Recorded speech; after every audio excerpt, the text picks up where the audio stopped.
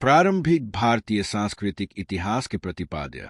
प्रारंभिक भारतीय सांस्कृतिक इतिहास विश्व की सबसे समृद्ध और प्राचीन संस्कृतियों में से एक है, जो हड़प्पा सभ्यता लगभग 3300 ईसा पूर्व से लेकर गुप्त काल लगभग 550 ईस्वी तक फैला हुआ है। इस काल में भारत ने भाषा, साहित्य, कला, स्थापत्य, दर्शन, विज्ञान और गणित के क्षेत्र में अभूतपूर्व योगदान दिया। यह लेख प्रारंभिक भारतीय सांस्कृतिक इतिहास के प्रमुख प्रतिपाद्यों, भाषाओं और मूल ग्रंथों, कला और स्थापत्य के क्रमिक विकास, दार्शनिक चिंतकों और शाखाओं तथा विज्ञान और गणित में विचारों पर प्रकाश डालता है। भाषाएं एवं मूल ग्रंथ।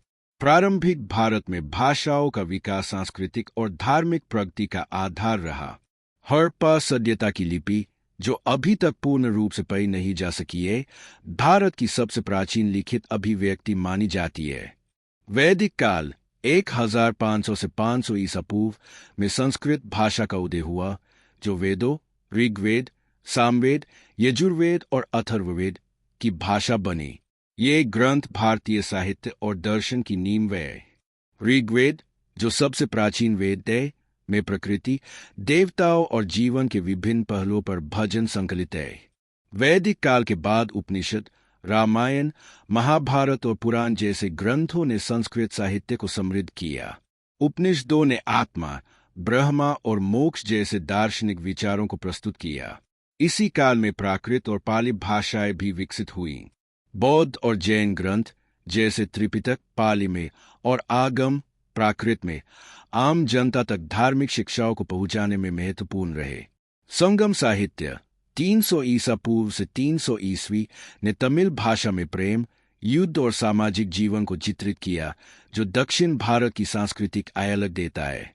कला एवं स्थापत्य के क्रमिक विकास के प्रमुख चरण। प्रारंभिक भारतीय कला और स्थापत्य का विकास विभिन्न चरणों में हुआ। हड़प्पा सभ्यता में सुनियोजित नगर जैसे मोहनजोदड़ो और हड़प्पा ईंटों से बने घर, स्नानागार और जल निकासी प्रणाली के प्रमाण देते हैं। इस काल की कला में मूर्तियां जैसे नर्तकी की कांस्य प्रतिमा और मुहरे जैसे पशुपति मुहर उन्नत शिल्प कौशल को दर्शाती है। वैदिक काल में स्थापत्य का कोई ठोस प्रमाण नहीं मिलता, क्योंकि उस समय लकड़ी और मिट्टी का उपयोग होता था। मौर्य काल 321 से 185 ईसा पूर्व में सम्राट अशोक के शासन में स्थापत्य ने नया रूप लिया। अशोक के एकाश्म स्तंभ जैसे सारनाथ का सिंह स्तंभ और पोलिश की गई बलुआ पत्थर की तकनीक इस काल की विशेषता है। बौद्ध कला का विकास भी इसी समय हुआ, जिसमें स्तूप, सांची और भरहुत, चैत्य, कार्ले और भीमबेटका और विहार प्रमुख है।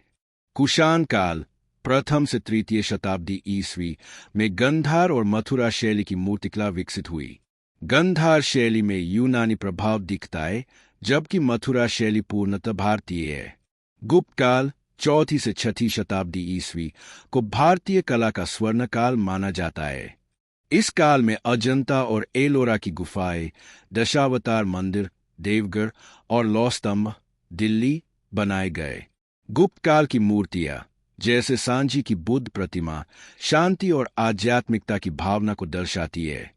प्रमुख दार्शनिक चिंतक एवं शाखाएं। प्रारंभिक भारत में दर्शन का विकास वैदिक काल से शुरू हुआ। उपनिषदों ने अद्वैत दर्शन की नींव रखी, जिसमें आत्मा और ब्रह्मा की एकता पर बल दिया गया। इस काल के प्रमुख चिंतक कपिल थे, जिन्होंने सांख्य दर्शन की स्थापना की। सांख्य दर्शन प्रकृति और पुरुष के द्वैत पर आधारित है। पतंजलि ने योग सूत्र की रचना की, जिसमें ज्ञान और आत्मनियंत्रण पर जोर दिया गया। छठी शताब्दी ईसा पूर्व में बौद्ध और जैन दर्शन का उदय हुआ। गौतम बुद्ध ने 4 आर्य सत्य और अष्टांगिक मार्ग के माध्यम से दुख से मुक्ति का मार्ग बताया। महावीर ने जैन दर्शन को व्यवस्थित किया, जिसमें अहिंसा, सत्य और अपरिग्रह पर बल दिया गया। मौर्य काल में चाणक्य, कौटिल्य ने अर्थशास्त्र की रचना की, जिसमें राज्य प्रबंधन और नीति पर विचार व्यक्त किए गए। गुप्त काल में 6 दर्शन शाखाओं न्याय, वैशेषिक, सांख्य, योग, मीमांसा और वेदांत का विकास हुआ। आदि शंकराचार्य 8वीं शताब्दी ने अद्वैत वेदांत को प्रचारित किया, जिसमें संसार को माया और ब्रह्मा को एकमात्र सत्य बताया गया। इन दार्शनिक विचारों ने भारतीय संस्कृति को गहराई से प्रभावित किया। विज्ञान एवं गणित के क्षेत्र में विचार। प्रारंभिक भारत में विज्ञान और गणित के क्षेत्र में उल्लेखनीय प्रगति हुई। हड़प्पा सभ्यता में एक समान मापतौल प्रणाली और ज्यामितीय डिजाइन नगर नियोजन में दिखाई देते हैं। वैदिक काल में सुलभ सूत्रों में ज्यामिति के नियम दिए गए जो यज्ञ वेदियों के निर्माण के लिए उपयोगी थे। मौर्य काल के बाद गणित और खगोलशास्त्र में महत्वपूर्ण योगदान हुआ। आर्यभट्ट 5वीं शताब्दी ने आर्यभट्टीय की रचना की, जिसमें शून्य, दशमलव प्रणाली और पाई का मान प्रस्तुत किया गया। उन्होंने पृथ्वी की परिक्रमा और सूर्य केंद्रित सिद्धांत की भी चर्चा की। वराहमिहिर ने बृहत संहिता में खगोलशास्त्र, मौसम विज्ञान और ज्योतिष पर विचार व्यक्त किए। चिकित्सा के क्षेत्र में चरक और सुश्रुत ने महत्वपूर्ण योगदान दिया। चरक संहिता में आयुर्वेद के सिद्धांत और रोग निदान पर विस्तार से लिखा गया, जबकि सुश्रुत संहिता में शल्य चिकित्सा जैसे प्लास्टिक सर्जरी का वर्णन है। गुप्त काल में धातु विज्ञान भी उन्नत था, जिसका उदाहरण दिल्ली का लौह स्तंभ है, जो आज तक जंग मुक्त है।